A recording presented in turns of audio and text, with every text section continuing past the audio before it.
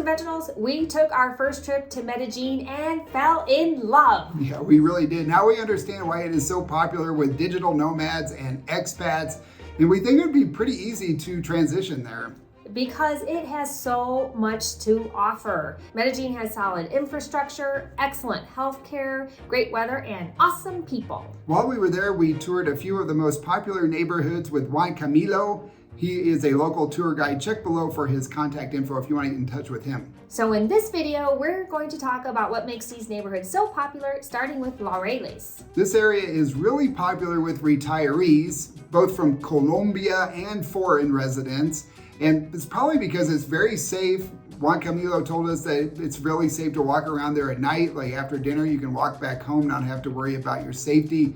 Also, it's extremely flat and walkable. That was one of the things in some of the other neighborhoods. It's really hilly and you're gonna get your workout walking around, but in Laureles, it's very flat.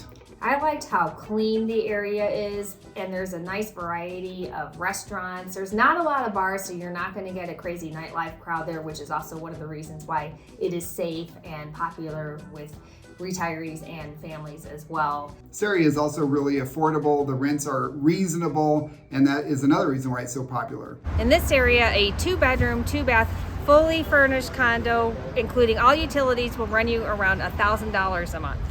There are stores and restaurants in this area, but the main restaurant area is on the other side, and that place gets a lot noisier, but the restaurants close by midnight, so you're still not going to get the all-night partying that you do in El Poblado because there aren't a bunch of nightclubs and bars around here.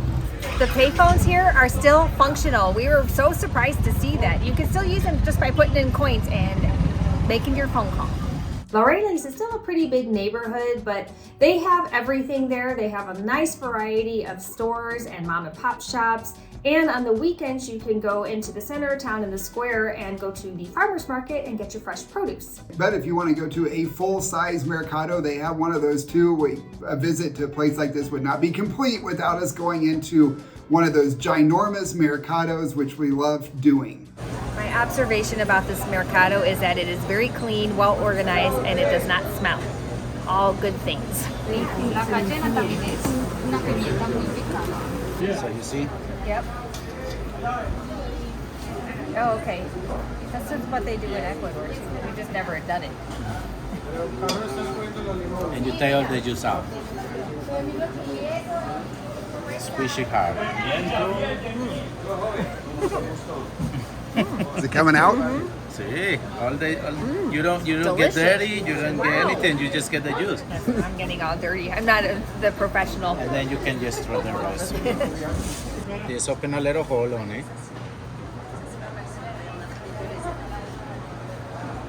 Señor, con mucho gusto. And just squish it, squish it. Yeah, don't get it on your white t-shirt. Yeah. I know, it's really good. We're rookies. It's okay, you will learn. Yes. What do you think, JP? It's good. It's still messy. Yes, it is. That's because we haven't grown up eating a mango like that. One of the reasons we love going shopping in the mercados is because we have to speak Spanish because most of the people there, or maybe none of the people, speak English. Yep, tenemos que hablar en español todo el tiempo en los mercados. Thankfully, it is fun and easy to learn Spanish or another language with LingoPie, today's sponsor. We are huge fans of LingoPie. We have been for a long time because they have a variety of entertaining programs like Cocina con Historia de Colombia, where we learned all about the Bomba de Amor. Not only will you learn vocabulary by watching these types of shows, you'll learn context, which is so important. It really helps you speak and understand the meaning of words and phrases. There are a lot of learning tools built into the LingoPie interface. There's a list of keywords to learn on the right of the video, and then you can follow along with the script. You can choose how you want the captions displayed, or you can replay a sentence to make sure you heard it correctly. Plus, you can practice saying it yourself and get feedback on your pronunciation. You can also loop a sentence to help with comprehension. And my favorite feature is you can adjust the speed to go at your own pace because some of these languages are ridiculously fast. Yeah, it is hard to keep up. LingoPie is always adding new features and programming to help you learn faster and stay motivated. Yeah, they've added audiobooks, podcasts, and music. I love the music. All new ways to keep you entertained while you're learning. And that is why it is one of our favorite ways to learn and practice Spanish. So check below for a link, and if you click that, you'll get 55% off the annual plan. The next neighborhood we're going to visit is La Floresta, which is right next door to Laureles. It's a smaller community and it is more affordable while still being very safe and clean and walkable. And it is full of really friendly people. Everybody was so welcoming and chatty. Yeah, they waved at us and talked to us. It was really nice. And it has a lot of really nice local grocery stores and little mom and pop restaurants and tiendas. We are in the La Floresta neighborhood. This is a very family-friendly area, really close to Laureles. And it's a lot more affordable. You can rent a 2-bedroom, 2-bathroom condo, fully furnished here, including utilities for, $500 to $600 a month. $500 to $600, and this neighborhood is awesome. This is a park back here in the center of the neighborhood where they have markets on the weekend, on Saturdays, and kids can come here and play on this awesome playground right here, as you can see behind me.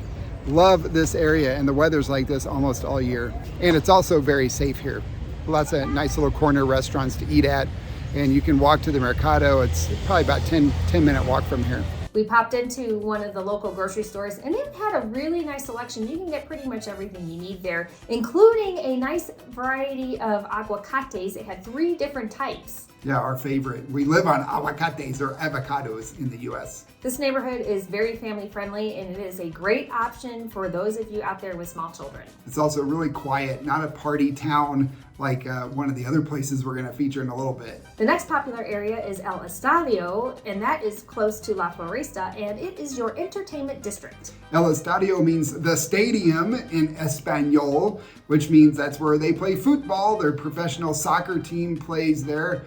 And it's also where you're going to go for a lot of after-game partying. That's where all the bars and nightclubs are. Yep, and it's right by the metro, so it's really convenient as far as public transportation goes. On the far south end of Medellín in the metro area is Sabaneta, and the next neighborhood we're going to look at. We really liked this neighborhood. It felt so authentic and I just loved it. It was really colorful, it was very interesting, and it is our most affordable neighborhood on this list. The park in the center of town was bustling with activity. We thought it was so cool to see all the elder tercera edad people playing chess and checkers in the park, people walking their dogs, lots of restaurants to eat at in that area too. A lot of local restaurants, and the streets there were really narrow, which gave it more of that authentic feel, but you still have good public transportation options because it is also close to the metro. You can find rentals in the area for as low as $450 fully furnished. Extremely affordable. It's also very safe in that area. And finally, the most well-known neighborhood on our list is El Poblado. Yeah, this is extremely popular with tourists and digital nomads, and it was just named to the New York Times list of must-visit places for 2023. We absolutely loved staying there. We had so much fun. It is walkable, but it is quite hilly, so you're gonna get your exercise. Yeah, at least walking back. We stayed kind of up on the hill in an Airbnb, and the walk down was very pleasant, but Amelia made me walk back up a couple times. I was cursing her name the whole time, and we took an Uber a few of the other times. I enjoyed our walks because you have such really big trees. There's a river that goes right through the neighborhood, and there's really good people watching. It is pretty crowded, but we felt very safe. Now, there are a ton of restaurants. Man, we ate out way too much while we were there. It's a culinary dream if you love to eat out. Foodies are going to be in heaven there because there are so many different restaurants to choose from, and they're all really nice. They plate the food nice. It's not just like slopped on the plate. It's plated pretty. The service is great. That's one thing we noticed about Colombia over Ecuador is they really know how to do service. They really take care of you at restaurants especially. This is a big neighborhood. If you want to go from one end of town to the other, your best bet is going to be to catch a ride because your feet are going to be really tired if you try to walk at all. Yeah, especially those steep hills. Luckily, there are a lot of stores in the neighborhood, so you can go to grocery stores like Carulla and Éxito. There's some other little corner grocery stores around too. A lot of shopping options in the area.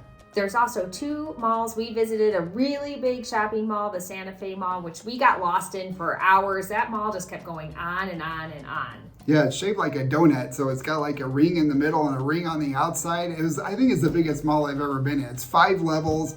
While we were there, it had an ice skating rink in the middle that changes out every month or so into some sort of different type of display. Yeah, it was very popular. There are also some really nice hospitals there in the area, so you're really close to high quality health care.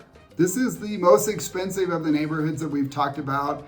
It has a lot of really nice high-rise condo buildings, not as many single-family homes, although we did see a few. And in other areas, you can find some smaller apartment buildings or smaller condo buildings, but you're still going to be paying more than $1,000 a month for rent in most places. Yeah, a lot of those buildings are Airbnbs now because they can charge a lot more, and because there's so many tourists. This is the tourist hub of Medellin. There's so many tourists that come there, and digital nomads that are there for short periods of time doing those monthly rentals. Yeah, one of the things we absolutely loved was hearing all the different languages from all over the world. So yes, you need to speak Spanish, but you're going to hear some other languages besides English. Yeah, I think we heard Dutch, German, and French at a minimum. And we also heard some Asian languages. We don't know those. There's so many too, but we heard a lot of languages. We had a great time touring around Medellin, and honestly, we did not expect to like it nearly as much as we did. Yeah, it was awesome. All right, Amelia, it's time to choose a favorite. Which one was yours? My favorite, hands down, was El Poblado. Even though it is more expensive, I loved it. I loved the energy. I loved the big trees and the plants, and I loved those hills, even though they were a little painful. the buns of steel hills. I really like Laureles a lot. It reminded me so much of El Vergel and Cuenca. That was the first neighborhood we lived in when we moved to Ecuador back in 2017. However, I do think I like El Poblado the best too. It just had such a great young energy and a nice vibe. The people were so friendly, and then the restaurants, like we could eat out someplace different every day. It was amazing. I loved the food. Yeah, I think we would be perfectly happy in either of those neighborhoods. If you want to learn more about Medellin, check out this video next. We talked about 10 things that really surprised us on our first visit there. Let us know in the comments below which neighborhood was your favorite. And before you go, leave us a like please so that YouTube knows you want to see more of our videos, and we'll see you all in our next one. Ciao. Ciao.